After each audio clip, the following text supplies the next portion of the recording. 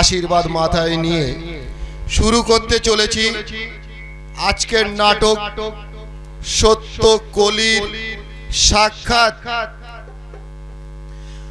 আজ আমরা যে অভিনব নাটকটি মঞ্চস্থ করতে চলেছি সেই সম্বন্ধে শুধু দর্শক সাধারণের কাছে পরিচয় দেওয়া এবং কেন এই বিশেষ নাটকটি দেখাতে চেষ্টা করছি সেই প্রসঙ্গিতা সম্বন্ধে কিছু জানানো দরকার বলে মনে করছি। এই নাটক তথাকথিত নাটক নয়, সম্পূর্ণ কাল্পনিক অথচ বাস্তব ধর্মীয়। এই যুগ কলিযুগ, কলিযুগের শেষ পথ চলছে। কোনো যুগই চিরস্থায়ী নয়, এ যুগই একদিন পরিবর্তন হবে, আবার সত্য যুগ আসবে।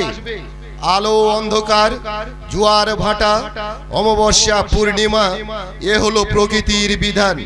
সেই বিশ্ব বিধান অনুযায়ী কলি অর্থাৎ পাপের বিনাশ হয়ে সত্যের আগমন ঘটবে, ঘটতে বাধ্য। প্রকৃতির নিয়ম অনুযায়ী সেই রকম একটা যুগ সন্ধিক্ষণে দাঁড়িয়ে আমরা কলিযুগের প্রতীক হিসেবে কলিরাজকে কল্পনা করেছি। সত্যদেবের প্রতীক সত্যদেব, রাজনীতির পক্ষ থেকে রাজেন্দ্র ও ধর্মনীতির পক্ষ থেকে ধর্মেন্দ্রকে দাঁড় করানো হয়েছে। এরা কিভাবে সমাজকে তিলে তিলে শোষণ করে অত্যাচারে চরম মাত্রা দিয়েছে তা তুলে ধরা হয়েছে। তাই অসহায় জনগণের আত্মহাহাকার ভগবানের আসন টলে গেছে, তিনি অবতীর্ণ হতে বাধ্য হয়েছেন। যে কথা এমএন রয়, লেনিন সহযোগী পরম পিতাকে দেখে বলেছিলেন, আপনি তো 200 বছর আগেই এসে পড়েছেন। এই প্রসঙ্গে বহু বছর আগে পরম পিতা এই সত্যকলি সাক্ষাতের উপর একটি রূপক গল্প বলেছিলেন। সেই গল্পের সামান্য কিছু অংশ আমরা এই নাটকের মাধ্যমে তুলে ধরেছি। সত্যের আগমনে কিভাবে অসহায় জনগণকে সঙ্গে নিয়ে সত্যদেব কলিযুগের অবসান ঘটিয়ে সত্য যুগ পূর্ণ প্রতিষ্ঠান করলেন, তাই নাটকের মাধ্যমে তুলে ধরা হয়েছে সম্পূর্ণ তত্ত্বভিত্তিক ভাবে। এই চরম সত্যকে তুলে ধরতে গিয়ে যেগুলি বাস্তব বলে মনে হবে সেগুলি রেখে, যেগুলি অবাস্তব বলে মনে হবে সেগুলি বাদ দিয়ে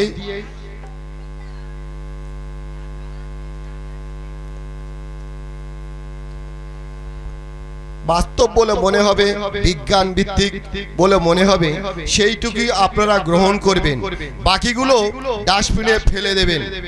এই অনুরোধ রেখে পরম পিতা জন্মসিদ্ধ ঠাকুর শ্রী শ্রী বালক ব্রহ্মচারী মহারাজের আশীর্বাদ মাথায় নিয়ে শুরু করতে চলেছি আজকের নাটক সত্য কলির সাক্ষাৎ।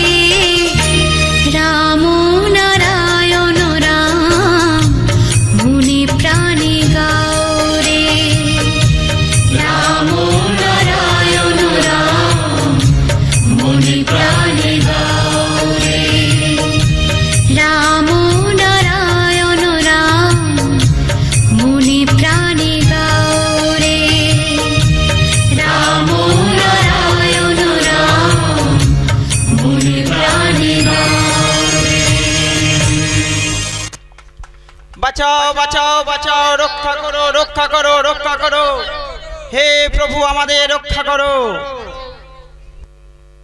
কি এত করুণ আর্তনাদ, আমি যে আর সহ্য করতে পারছি না।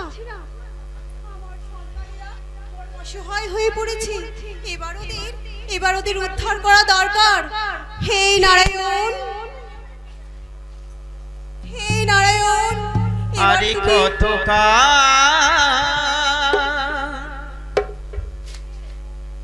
প্রভু গো আমার, আড়ালে আড়ালে রবে,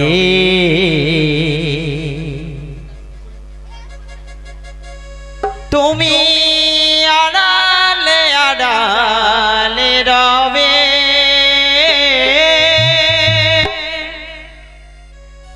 আড়ালে আড়ালে রবে,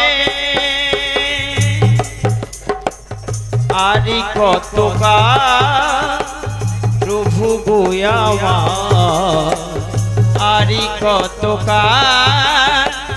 প্রভু গো আমার, আড়ালে আড়ালে রবে,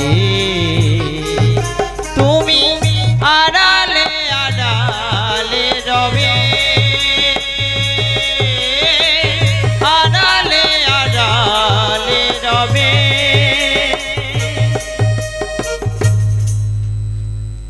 হে নারায়ণ, হে নারায়ণ, এবার তুমি আবির্ভূত হও, আর একবার প্রসন্ন হও প্রভু। হে নারায়ণ,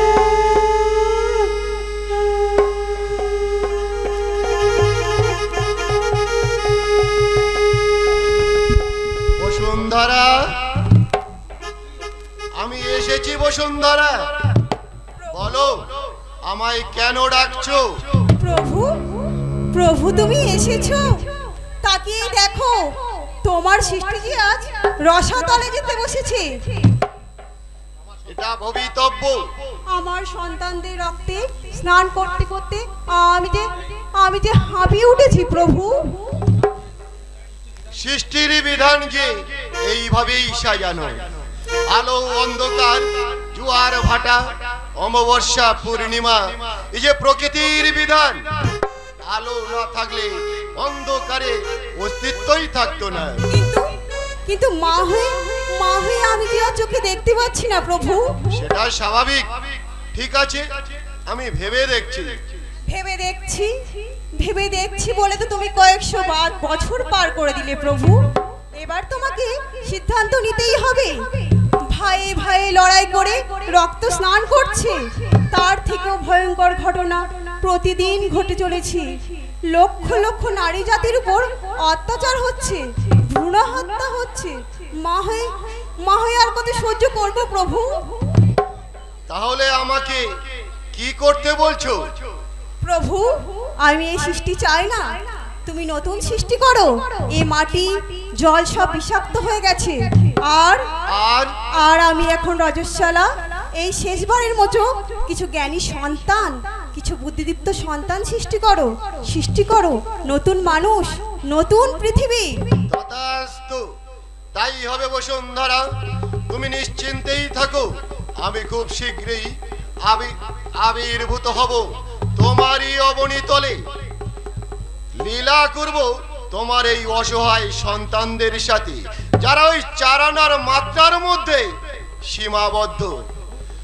প্রভু, তোমার এবার লীলা সঙ্গী হিসাবে আমাকে সঙ্গে নেবে না? না। কেন প্রভু?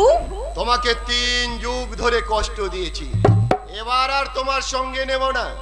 সত্য যুগে 1/4 শক্তি নিয়ে এসেছিলাম হিরণ্যাক্ষ ও হিরণ্যকাশিপুকে বধ করার জন্য।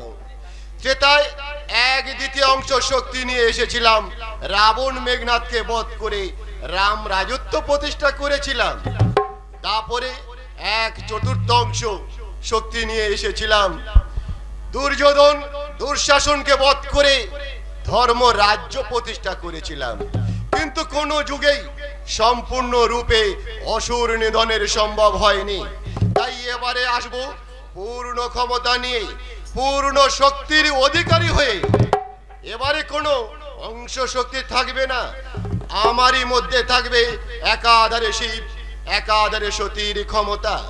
একেবারে নির্মূল করে দিয়ে যাব সমগ্র এই অসুর গোষ্ঠীকে। তোমার ইচ্ছা পূর্ণ করতেই আমার এই অভিনব পন্থা। আর তোমার সাথে আমার যোগাযোগ থাকবে শুধুমাত্রই অলক্ষ্যে থেকে। যেটুকু দায়িত্ব তোমাকে দেয়া হবে সেটুকু দায়িত্ব তুমি পালন করে যাবে। তোমার ইচ্ছাই পূর্ণ হোক প্রভু। তথাস্তু।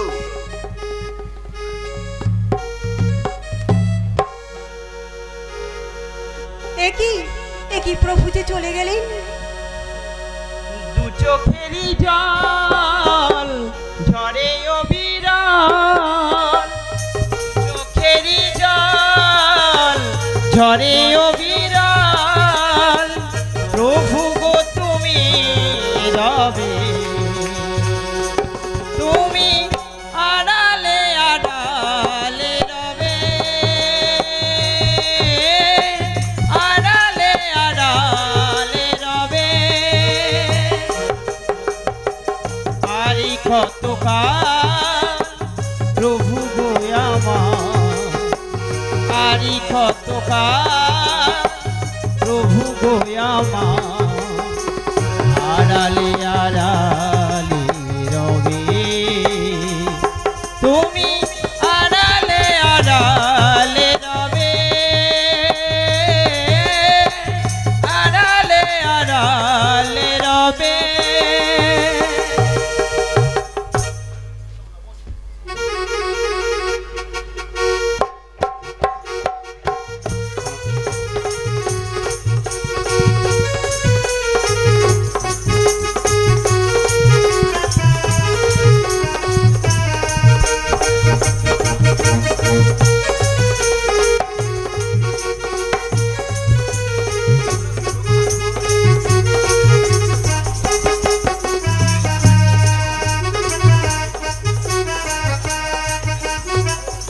মা মাগো আর পারি না, এত কষ্ট এত যন্ত্রণা আর সহ্য করতে পারি না, এবার আমার তুলে নাও, আর পাচ্ছি না। একদিকে মারণ ব্যাধি, অন্যদিকে অভাব অপুষ্টিতে ভুগতে আমি নিঃস্ব অসহায় কঙ্কাল সার হয়ে গেছি। আজ আমার নিঃশ্বাস নিতে বড়ই কষ্ট হচ্ছে।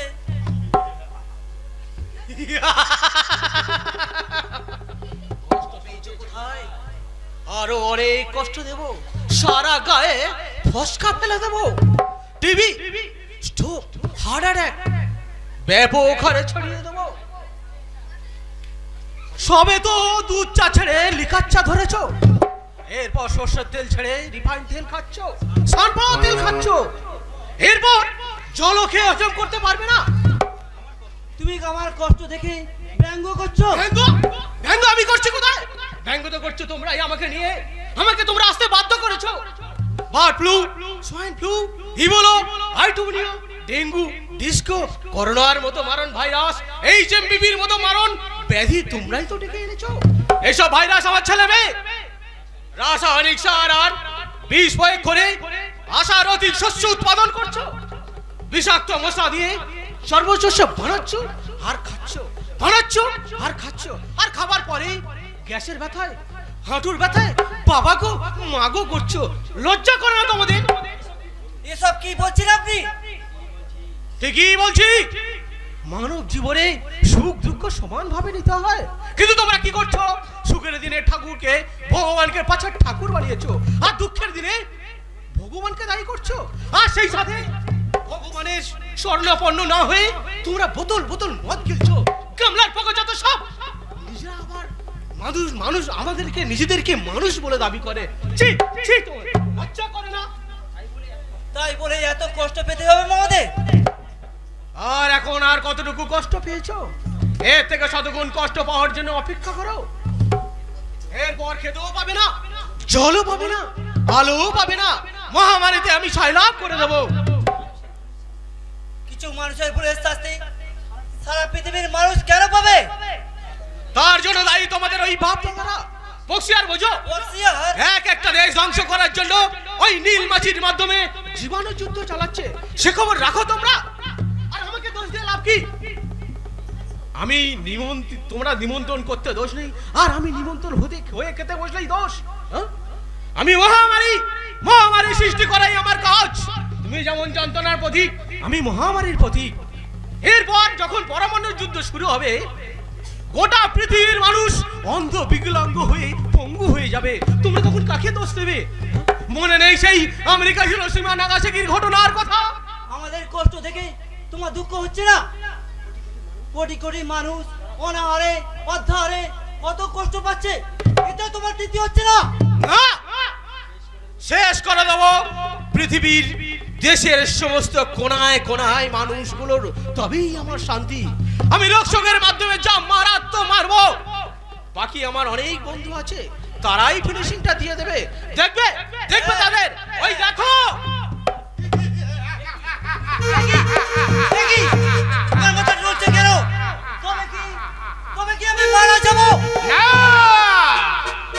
এখনই মরবি কেন?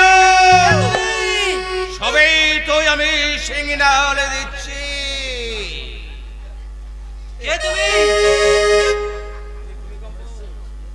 আমি হলাম ভূমিকম্প।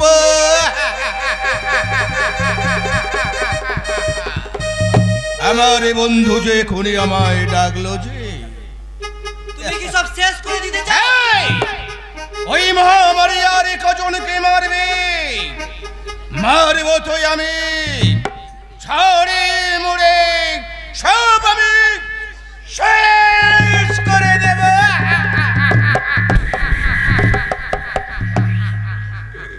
তোমরা সবাই অশান্ত হয়ে পড়লে সৃষ্টি যে নয় হয়ে যাবে। আমি তো শান্ত ছিলাম, তোমরা তো আমাকে জাগিয়ে তুলেছ। তার মানে অতি খুব সহজ। তোমাদের দশা ওই মহামূর্খ কালিদাসের মতো। হ্যাঁ, ওই কালিদাস যে গাছের ডালে বসেছিল, সেই ডাল কাটছিল, পরিণাম তার ফল ধপাস করে এই মাটিতে পড়ে গিয়েছিল। তোমরা ঘর বাঁধার আগে বসাও টিউকা, ফলে জলের লেয়ার আস্তে আস্তে আস্তে আস্তে কমে যাচ্ছে। তাই তোমরাও একদিন ধপাস করে এই মাটিতে তলিয়ে যাবে।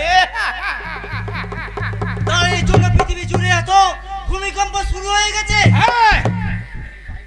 শুধু তাই নয়, তোমাদের রাজা মহারাজারা তোমাদেরকে মারার জন্য হাজার হাজার লক্ষ লক্ষ পরমাণু বোমা তৈরি করেছে।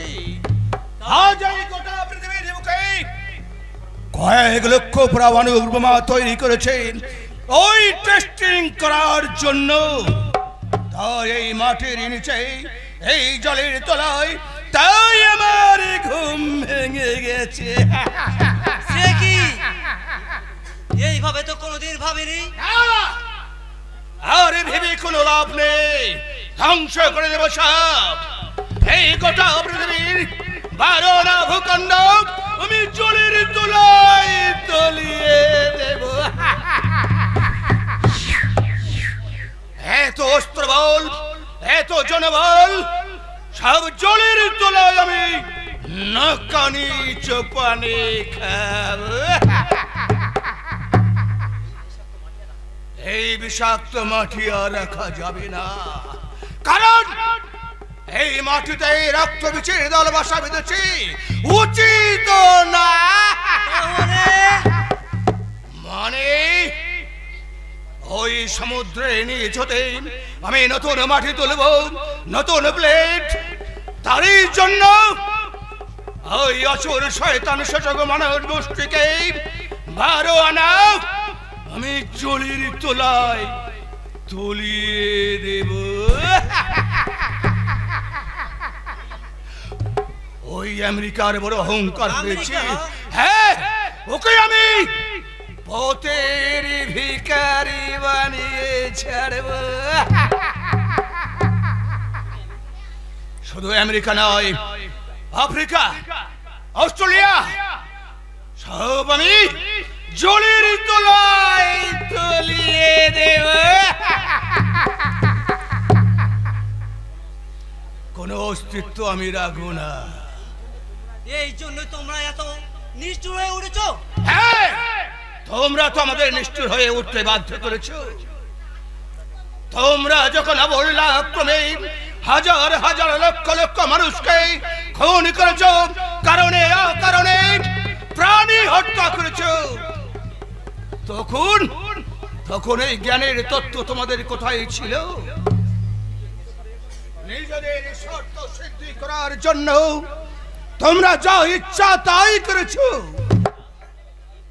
দিনকে রাত, রাতকে দিনই বানিয়েছো। ধরাকে তোমরা কোনোদিন সোরা জ্ঞানী করুনি। ভালো মানুষের চোখের জলের দাম তোমরা কোনোদিন দাওনি। তাই গোটা পৃথিবীতে হিংসায় উন্মুক্ত করে তুলেছ। তারই অ্যাকশন শুরু হয়ে গেছে। তাই ওই বসুন্ধরা মায়ের চোখের জল আজ অভিশাপ হয়ে নেমে এসেছে। ওই জঙ্গলের পশুদের যদি ভাষা থাকতো তাহলে তোমাদের কি বলে গালাগালি দিত জানো? তোমাদের এই জানোয়ার অধম বলে গালিগালাজ করত। শান্ত হও বন্ধুগণ, শান্ত হও। তোমরা সভ্য না অসভ্য সময় সেটা বলে দেবে।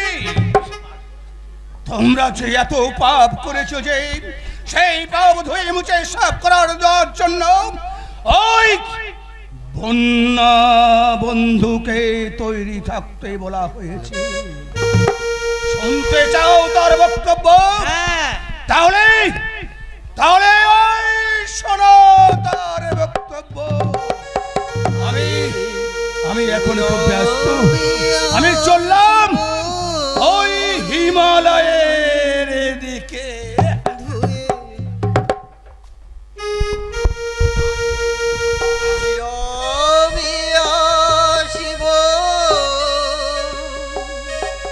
ধুয়ে মুছে দেব তোমাদের যত পাপাচ, তোমাদের যত পাপাচ। একই ওভাবে তাকিয়ে আছে কেন? তোমাদের নিঃশ্বাসে বিষ, দৃষ্টিতে লোভ, শ্রবণে গর্জন, অন্তরে হিংসায় ভরপুর হয়ে আছো। এই আসলে তোমরা পোকা থেকে তো ধাপে ধাপে মানুষ হয়েছিলে। আমারই সাহায্য নিয়ে আবার আমারই সাহায্যে পুনরায় পোকা হয়ে জলে ধাক্কা ধাক্কি করবে। মানুষ তো আর হতে পারবে না। সারা জীবন ছুঁচোর মতো আচরণ করে গেলে এই ছুঁচো হয়েই জন্মাতে হবে। আর যদি শিয়ালের মতো আচরণ করো তো শিয়ালই হবে। আর যদি কুকুর বিড়ালের মতো আচরণ করো তো কুকুর বিড়ালই হবে। আর যদি গরুর মতো আচরণ করো তো গরু হয়েই জন্মাবে। আর মানুষ হয়ে যদি মানুষের মতো আচরণ করতে পারতে তাহলে অবশ্যই মানুষ হতে, নিশ্চয় মানুষ হতে। বন্ধ করো, আমি আর নিতে পারছি না। এই যে তুমি যন্ত্রণায় কষ্ট পাচ্ছ, এই ডাকের মধ্যেও ভণ্ডামি আছে। সেই নিঃস্বার্থ নিষ্কাম ডাক, স্বর্ণগত ডাক কোথায় তোমাদের? তুমি কি আমাকে রেহাই দেবে না? আমার সাথে তো কম অন্যায় করনি। তোমাদের বাস্তব জীবনের যত জঞ্জাল, যত আবর্জনা সব আমার বুকেই ফেলেছো। আমি তবুও তোমাদের পবিত্র জল দিয়েছি, পরিশুদ্ধ পানীয় দিয়েছি। কৃত্রিম মেঘ তৈরি করে আমাকে দিয়ে অনা সৃষ্টি করিয়েছো, তাতেও কিছু বলিনি। কিন্তু অমৃতের বদলে যখন পানীয় জলের সাথে বিষ মেশাতে শুরু করেছো তখন তো আর ছাড়া যায় না। তোমাদের মানব গোষ্ঠীর পাপের ঘোড়া কানায় কানায় পূর্ণ হয়ে গেছে, আর রেহাই দেওয়া সম্ভব নয়। আর হয়তো সম্ভব নয়। স্বয়ং স্বয়ং বসুন্ধরা মাও রুষ্ট হয়েছেন, তাই তার সৃষ্টি রক্ষা করে আর ধর্মাশ্রয়ী মানুষদের রক্ষার জন্য আজ মহাপ্রলয় আসন্ন।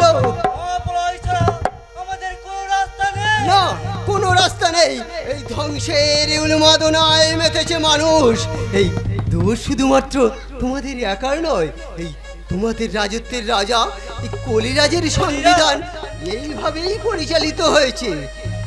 সেই রাজত্বের রাজা যেমন ভাবে তোমার এই পরিচালনা করেছে, কলি তাড়িত জীব হয়ে সেইভাবেই পরিচালিত হয়েছে। এই চার দেয়ালের গণ্ডিবদ্ধ জীব তোমরা। দেখবে দেখবে তোমাদের রাজা কলিরাজ সারা পৃথিবী জুড়ে কি ভয়ঙ্কর অত্যাচার চালাচ্ছে। দেখতে চাও তা নিজের চোখে? হ্যাঁ, অবশ্যই দেখতে চাই। দেখান আমাকে আমাদের সমাজের রন্ধে রন্ধে কোথায় কি করছে দেখান। তাহলে ওই দেখো কলিরাজের রাজত্বের নমুনা। চলো চলো সবাই দূরে বসে ওই কলিরাজের রাজত্বের নমুনা দেখি।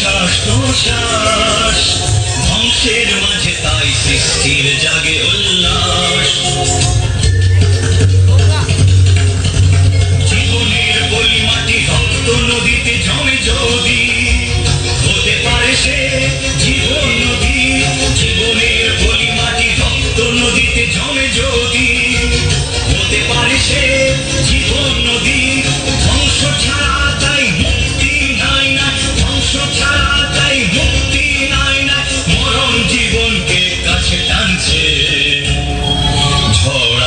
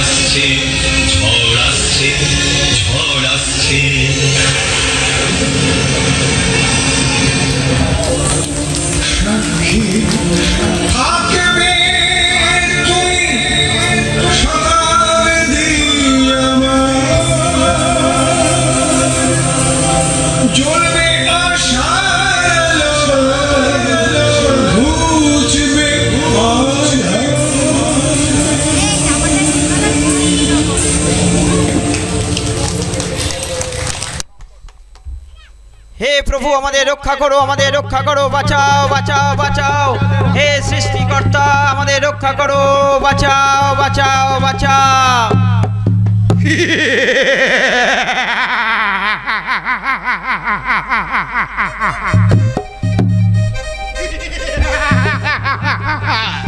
আজ গোটা পৃথিবীর ক্ষমতা আমারই করতলে। কলিরাজ, ও ভাই কলিরাজ, একদিকে ধর্মনীতি, অপরদিকে রাজনীতি, শিক্ষানীতি, সমাজনীতি, সর্বস্তরে আমি হিংসার বীজ ছড়িয়ে দিয়েছি। কলিরাজ, ও ভাই কলিরাজ, ঘরে ঘরে চলে দিয়েছে ভৌতিক হিংসা।